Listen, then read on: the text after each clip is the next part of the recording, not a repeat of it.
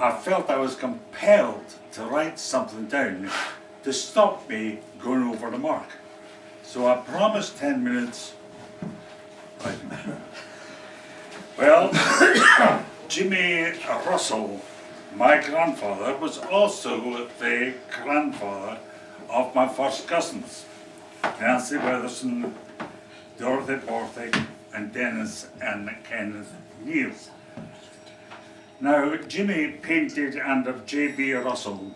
He was born in 1867 in Edinburgh, but he was brought up by his mother and father, and beside 4 brothers and 3 sisters. When his mother died during a smallpox plague in Edinburgh, his father, John Bucknell Russell, took the family to a small island in the Forth to avoid the plague. And round about this time, Jimmy's father received a large commission from the Duke of Richmond and Gordon to carve and paint every salmon weighing over a certain weight, caught in the River Spey during the season. And John Bucknell Russell was said by world experts in this field all over the world to be the first man to have carved and painted salmon on wood. That's his father. Now, the family from there went to Fochabers in Morayshire, and they eventually employed 4 artists in the family in the studio: John the father, Charles, Dewey and Jimmy. But when the salmon season was over, they were asked and would paint everything they could paint, including frescoes in Catholic churches, wildlife, still life, portraits, and some of the first labels for Baxter's of Fochabers. And during this time, Jimmy cycled on a penny farthing all over Morayshire. And on one of these trips in Burgh Head, he met a lassie called Annie Hendry, and things took off from there, and in the course of time they were married in the non-conformist chapel, because one of them was a Catholic and the other was a Protestant. So to cause less trouble, they went to somebody who would marry them. The business in Fochabers was split up when Jimmy's father died in 1893. Charles went to Dublin, where he became a well-known artist. Dewey remained in Fochabers with the studio and the business, and Jimmy and Annie came to Glasgow. And there were 3 children in their family: Peggy, Henry, my father, and William, also known as Dovish, who died in Greece in the last European war. In Glasgow, Jimmy missed the countryside, and when the opportunity arose, he and his family came to Roewater, almost exactly 100 years ago, missing by 1 year. On their first stay, they stayed in the Brig Inn, this building, in 1915, when it was owned by Lord Sinclair. I've looked up the land records. And Jimmy's brother Woolley had become the tenant occupier of this inn in 1915. How long he stayed, I don't know. But back in Glasgow, Jimmy was fairly crushed for space in Glasgow, because he was painting large-sized fish on large canvases in the house for various commissions, various people, various agents in Britain and Ireland.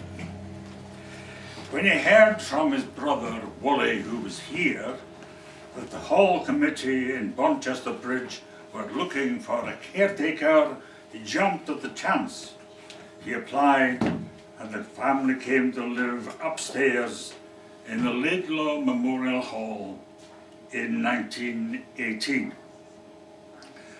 Because Jimmy had lived for years in Glasgow, most of the locals thought he would know very little about the countryside. They didn't know about his poaching activities in Murrayshire, and Jimmy kept very quiet about these. But when it became dark in Bonchester, when there was near lights, it was easy for him to slip out and grab and net a few rabbits in Minster Hill. And when he went from the hall to Sklenty or the Wings cottages, he found that even easier. However, the commission paintings on fish continued, and Jimmy also acted as a telegraph boy on his more modern bicycle. One day he saw some men running. Two professional hunters on horses and hounds chasing a fox. There were no lairds or hunting farmers in sight, except it could be that man who fell off the horse and landed head down, and the riderless horse went on. I didn't get. But Jimmy memorized these people, their faces and their bodies. He was good at caricatures. And he came home to capture them on a canvas as a joke. And it was without doubt meant to be a joke. It was never meant to be displayed in public. But Jimmy showed it to a few friends. Then Sandy Scott, who came here in the early 1940s, got to know of it, and he felt that having the painting in the bar might sell a few extra pints, and asked if he could hang it in the bar. At that time there was just the bar. So Jimmy gave the Roewater Foot Hunters to the now Horse and Hound and the Sandy free of charge, and as we know, as far as we know, Sandy Scott had it entered into the title deeds of the inn. When it was first hung here in the bar, actually it was further up in Benedict, there was no glass all over it to begin with. It's very unusual to cover an oil painting with glass. Very. However, things began to go wrong.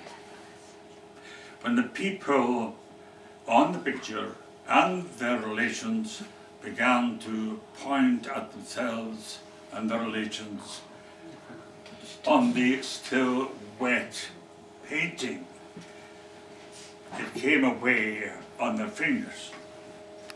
Paint. So they reached a compromise. Jimmy took the picture home to Sklenty to touch it up, and I was living there as a child when he was doing this in Sklenty.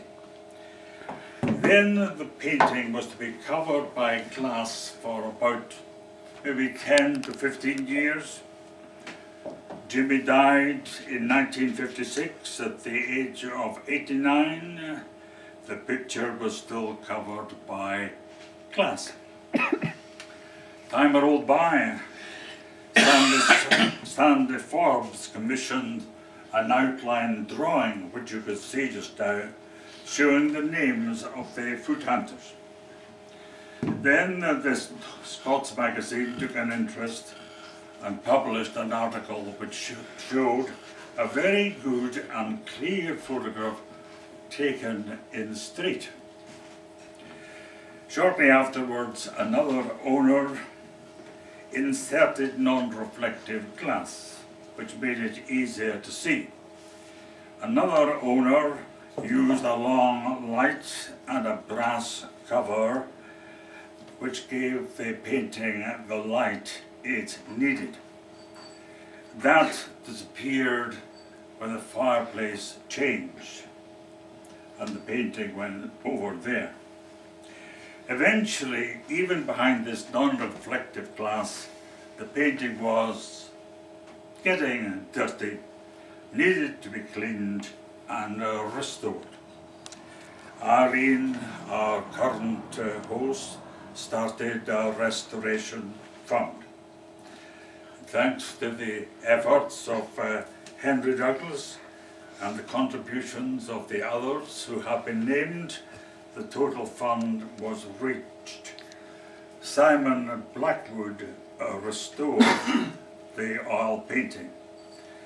And now finally, at long last, finally we can see the Roe Water Foot Hunters as James B. Russell painted it in the 1930s.